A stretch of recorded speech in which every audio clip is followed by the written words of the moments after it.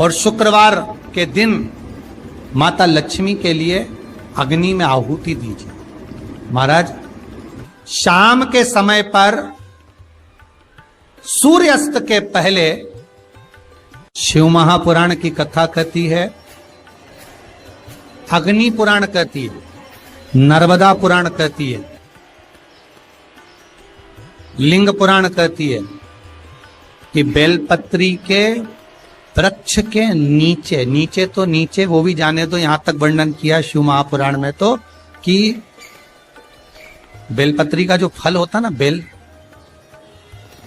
Bell फल जो होता है, कहते हैं अगर किसी व्यक्ति के यहाँ लक्ष्मी की कमी होती है, संपदा की कमी होती है, जिसके यहाँ पैसा नहीं आता, धन नहीं आता, तो बेल का जो फल होता है, बेलपत्री का जो फल होता है, उस फल के गूदे को, बेलपत्री के फल का गुर्दा निकाल लो, सुखा लो, गाय के घी में उसको डुबो लो और शुक्रवार के दिन माता लक्ष्मी के लिए अग्नि में आहुति दीजिए।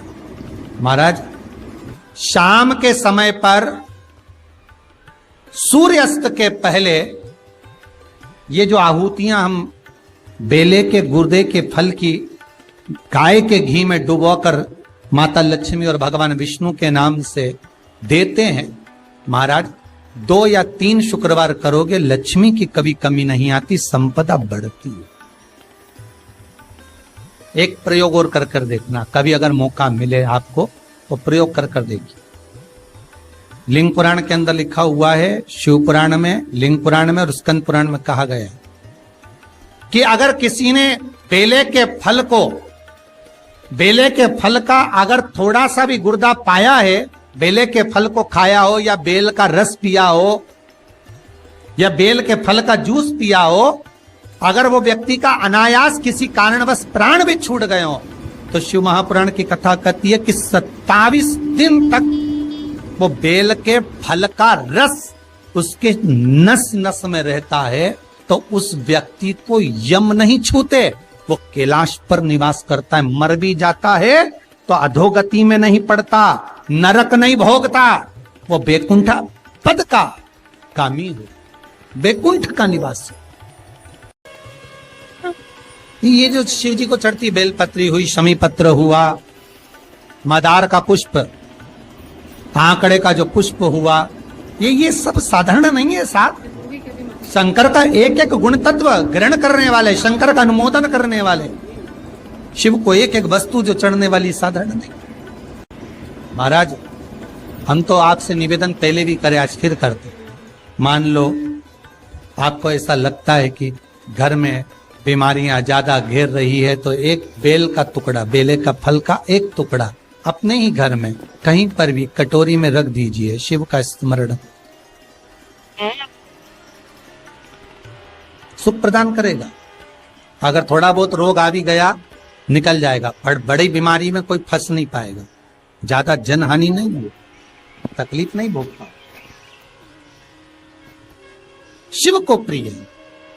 फिर वही स्कंद पुराण का संवाद आगे, बेलपत्री के वृक्ष की जो जड़ होती है, उस जड़ के अंदर 33 कोटि देवताओं का निवास होता है।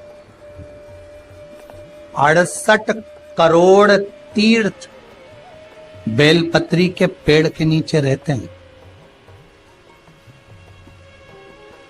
68 करोड़ तीर्थ मात्र बेलपत्री की छांव में, बेलपत्री के नीचे विराजमान होते हैं। अगर आपके मन में कभी कभी भाव उत्पन्न हो जाए ना कि मेरे को कहीं तीर्थ करने जाना है और अभी मौका नहीं मिल रहा, तीर्थ जाने का, अभी तो लॉकडाउन चल रहा है और अभी सब दूर बीमारी फैली हुई है, कहीं नहीं जा सकते, तो जब लॉकडाउन हट जाए, बीमारी समाप्त हो जाए और तीर्थ जाने का मन करे, तो किसी बेलपत्री के पेड़ के नीचे 5 मिनट जाकर बैठ जाए और जप लो, श्री शिवाय नमस्तुभ्यम। जितने बैठे हो टीवी के सामने प्रेम से बोलो, श्री शिवाय नमस्तुभ्यम। जितने टीवी के सामने बैठे, एक बार फिर से बोलो, श्री, साथ में बोलो, आगे आगे नहीं।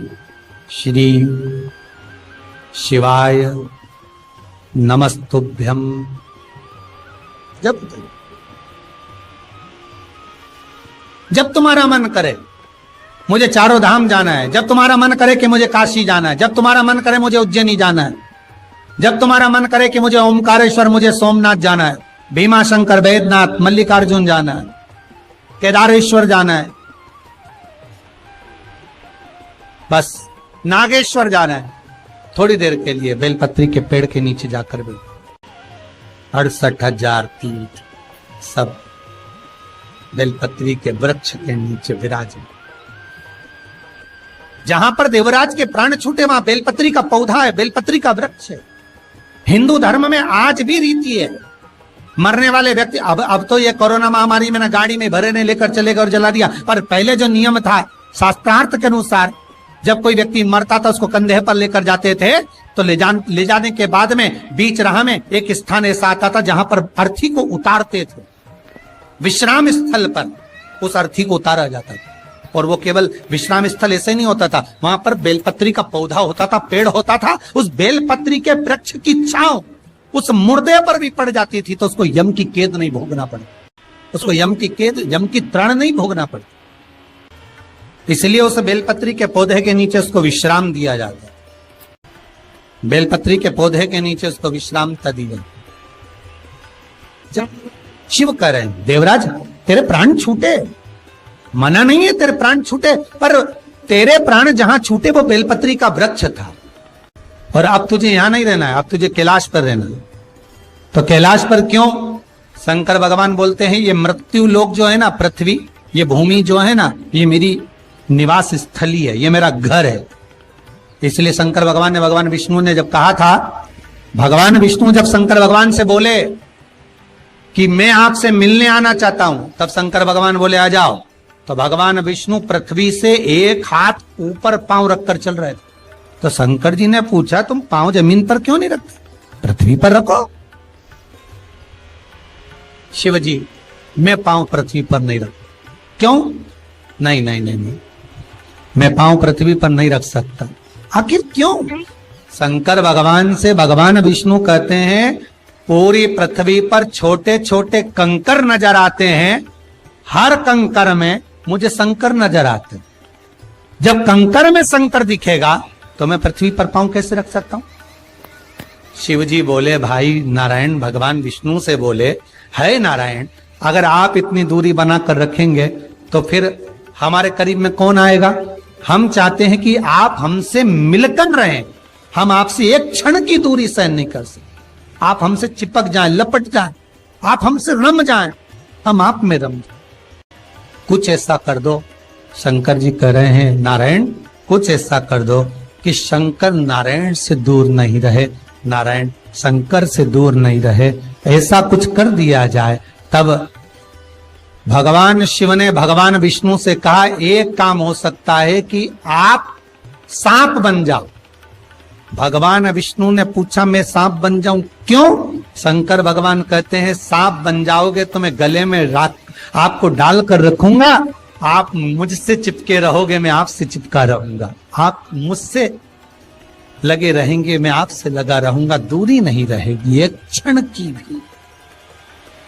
और भगवान विष्णु सर्प बन गए, भगवान विष्णु सांप बन गए, सांप बने भगवान शंकर ने भगवान